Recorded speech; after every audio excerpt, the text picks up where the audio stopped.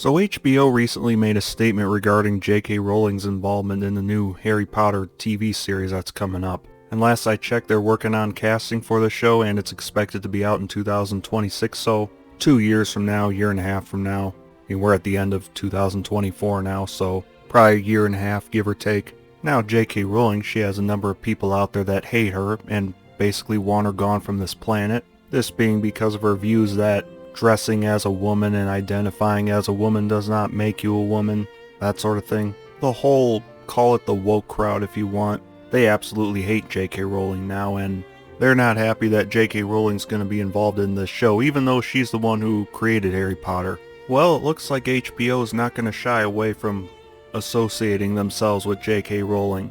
I'm on thatparkplace.com. HBO stands by J.K. Rowling ahead of Harry Potter TV series involvement, says author has the right to express her personal views. HBO issued a statement in support of J.K. Rowling and her Harry Potter TV series involvement, noting that the author has a right to express her personal views in face of fan backlash. And this fan backlash here, I'm not sure exactly how big it is, because these people who are lashing out at J.K. Rowling, they tried to get us to boycott Hogwarts Legacy, the game that came out, a few years ago? How did that boycott go? It didn't go so well. And this article talks about that. But these activists, or call them the woke crowd, call them social justice warriors, if people even still use that term, I don't think they're as big in number as they think. But anyway, Rowling, the author of one of the most successful book series of all time, has become a lightning rod of controversy in recent years, with former fans and even some of the actors from her Harry Potter films speaking out against her. This mostly centers around Rowling's views on individuals who identify with a gender that differs from their natural biology. She additionally believes that anatomical men should not be permitted in women's spaces or sports. Which, this sort of thing, it's just common sense.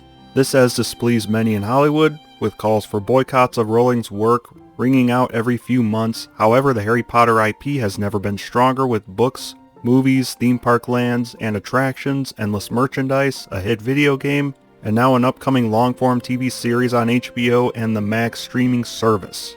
Rowling is set to be heavily involved in the TV series, which will adapt her original 7 books and flesh them out in a way that was never possible in the Daniel Radcliffe-led films. And this right here, this makes me really interested in this show. Now look, I don't know how good it's going to be. The fact that Rowling is going to be heavily involved, I think that's a very good sign, because I think if you leave Hollywood or these studios to adapt things on their own, they will screw it up. Just look at Amazon's Rings of Power and The Witcher and countless other adaptations out there. J.K. Rowling being involved, that's a good thing. Now my big concern regarding the show is that J.K. Rowling's going to allow them to inject some real-world political issues into the story. You know, that they're going to make it woke, as they call it. Now when you look up Rowling nowadays, you're going to get bombarded with articles saying that she's a transphobe, and you're going to see all kinds of stuff about her views on trans women and that sort of thing.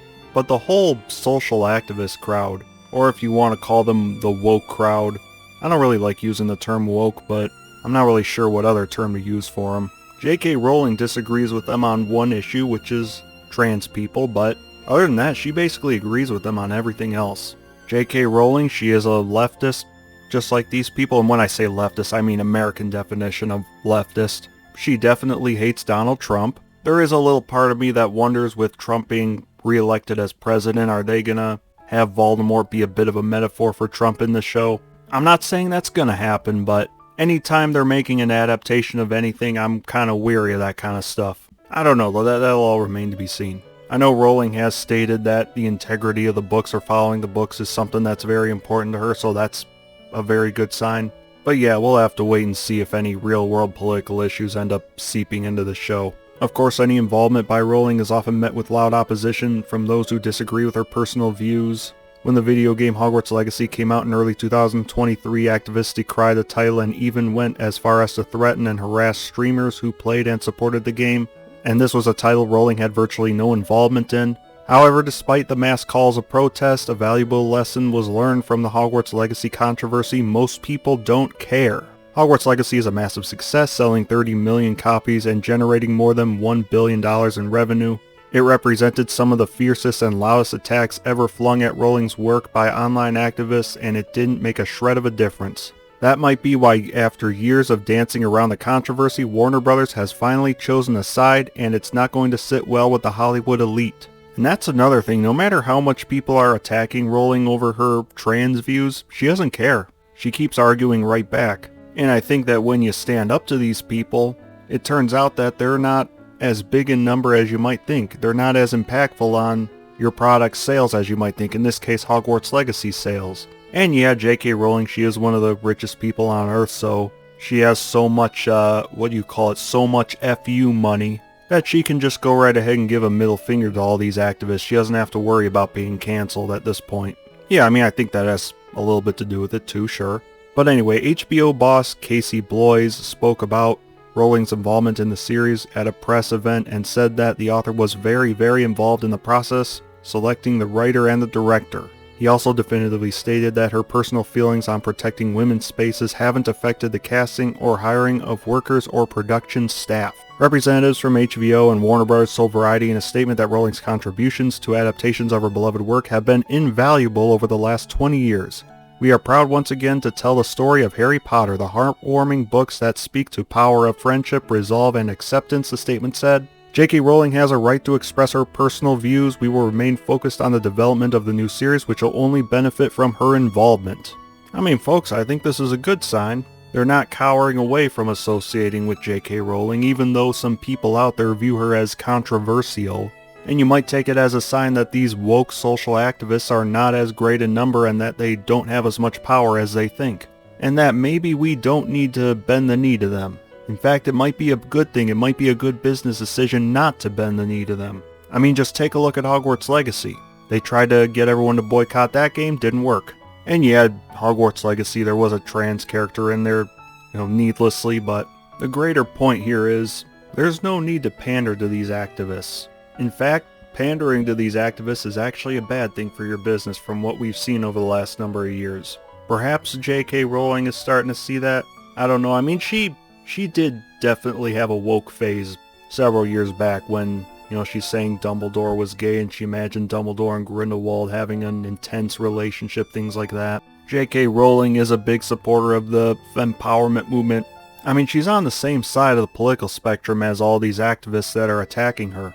I mean, the one lesson I think you take from this is you cannot be far left enough in order to appease the left. You cannot be woke enough in order to appease the woke.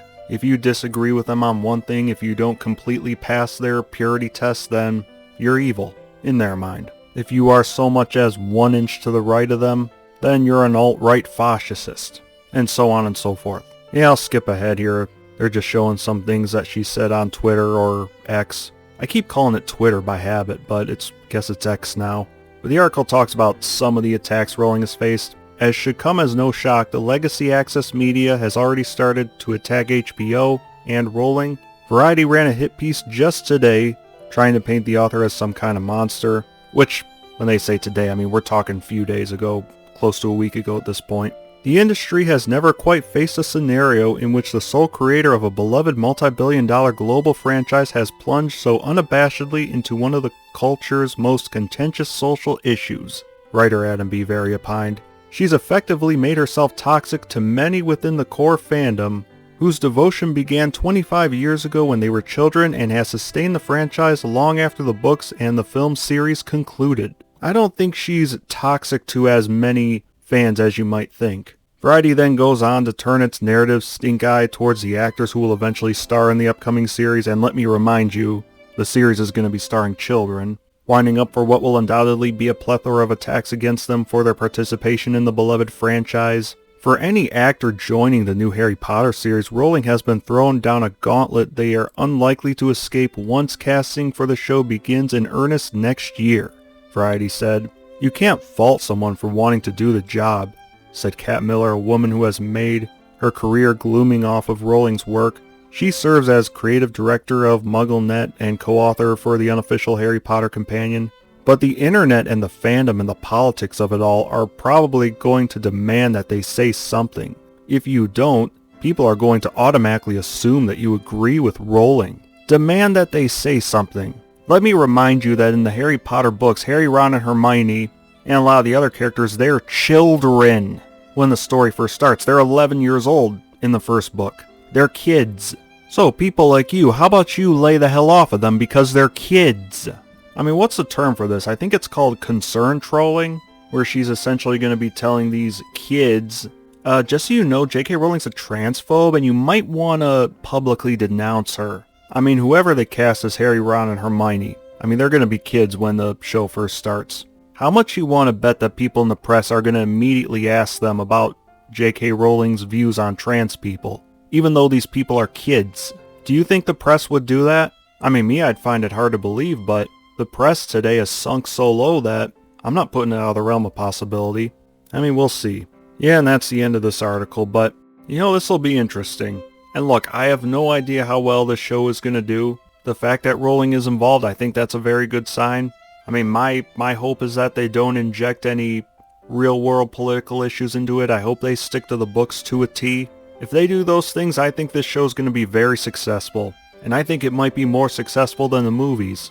I mean, if you want my opinion of the Harry Potter movies, my favorite Harry Potter movies were the first and second ones. Sorcerer's Stone, Philosopher's Stone, and then Chamber of Secrets. The reason why those were my favorites were because those ones seemed closest to the books. And I think part of that has to do with the fact that the first books in the Harry Potter series were the shortest, so you don't have as much content, you don't have as much writing that you have to fit into a movie. I mean, as the movies went on, when you got to, I'd say the fourth movie and beyond that, suddenly the books become 700-800 pages instead of 300 or 400, and when I watched those movies, it seemed like they were rushing through all their scenes. They're trying to have everything happen as quickly as possible. They're trying to have everyone say their lines as quick as possible. That way they can get on to the next scene and try to fit everything into a 2.5 hour time frame.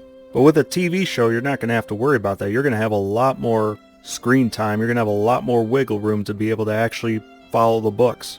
And with them having a lot more time and a lot more wiggle room as a TV show, I think this has the potential to be a very, very good show. But that depends on how much they follow the books and how much they keep outside issues out of this show. If they follow the books to a T, if they keep real-world issues and stuff out of the show, then I think this show is a huge success. Rowling is going to be heavily involved. It sounds like she wants them to really follow the books, so that's encouraging, but we'll all just have to wait and see, of course. With Hollywood's track record for screwing up adaptations these days, you can't believe it till you see it. Oh, and there was this headline a couple months ago. Casting call for upcoming Harry Potter series says company is committed to inclusive, diverse casting. I know a lot of people will read that and they'll have alarms going off in their head, thinking that there's going to be a lot of race swapping, gender swapping, things like that. I don't know. It could just be that they have to say this type of stuff, and then when they actually do their casting, they'll cast according to the books. I don't know, though. I mean, if they're going to race swap anybody, I think we're all betting it's going to be Hermione, but yeah, I don't know. We'll have a better idea of how good this show will be as time goes on. Goodbye, everyone.